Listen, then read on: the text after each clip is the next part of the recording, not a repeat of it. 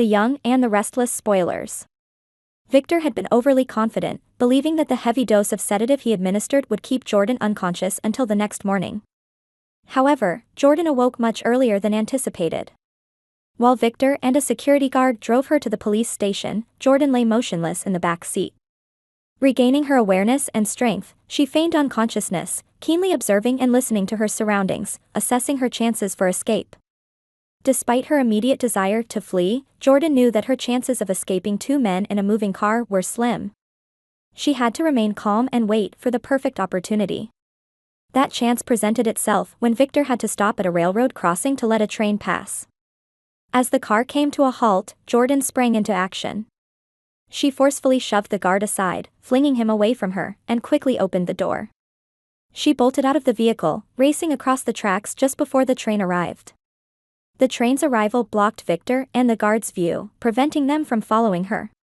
When the train finally passed, Jordan had disappeared completely from sight. Victor erupted in a fit of rage, shouting profanities and berating the guard. "You useless fool," he yelled, his voice dripping with venom. The guard, shaken and filled with remorse, apologized profusely for his lapse in vigilance, pleading for Victor's forgiveness. Victor, however, was seething with anger and frustration. His arrogance had led to Jordan's escape, and now he was faced with the daunting task of dealing with the aftermath. The realization that he had underestimated Jordan gnawed at him. How could he face the police now, and more importantly, how would he explain this blunder to Cole and Michael? Jordan's unforeseen awakening. Victor's plan seemed foolproof. The sedative dose he administered to Jordan was supposed to keep her out cold until he safely delivered her to the authorities. But Victor had miscalculated. Jordan's resilience was stronger than he had anticipated. As she regained consciousness in the back seat of the car, she assessed her surroundings. The interior of the car was dim, and she could hear the low murmur of Victor and the guard's conversation up front. Her survival instincts kicked in, and she remained motionless, pretending to be unconscious while formulating a plan. Jordan's mind raced. She knew that a direct confrontation would be futile. She needed to bide her time and wait for the right moment to act. Her heart pounded in her chest as she listened intently, her body still and unassuming. Patience, she told herself. The opportunity will come. That moment arrived as the car approached a railroad crossing. Victor brought the vehicle to a stop to let an oncoming train pass.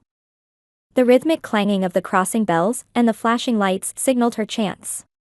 Jordan's eyes snapped open, and adrenaline surged through her veins. She had mere seconds to execute her plan. With a burst of strength, she pushed the guard with all her might, sending him sprawling against the car door. In the same swift motion, she lunged for the door handle, flinging the door open and leaping out of the vehicle. Her feet hit the ground, and she sprinted towards the tracks, the approaching train looming in the distance. She barely made it across before the train thundered past, its massive bulk cutting off Victor and the guard's pursuit. As the train rumbled by, Victor's frustration boiled over. He watched helplessly as Jordan vanished from sight, his plan unraveling before him. He clenched his fists and screamed in fury, cursing loudly. The guard, pale and trembling, stammered apologies, but Victor's rage was unabated. "How could you let this happen?" he roared. "You had one job, and you failed." The guard's face was a mask of fear and regret. He had underestimated Jordan's tenacity, and now they were paying the price. Victor's mind raced with the implications of their failure. Jordan's escape would have severe repercussions. He had to think quickly about his next steps and how to mitigate the damage. Victor knew he had to face the music. The police would be relentless in their pursuit, and explaining the situation to Cole and Michael would be even more daunting.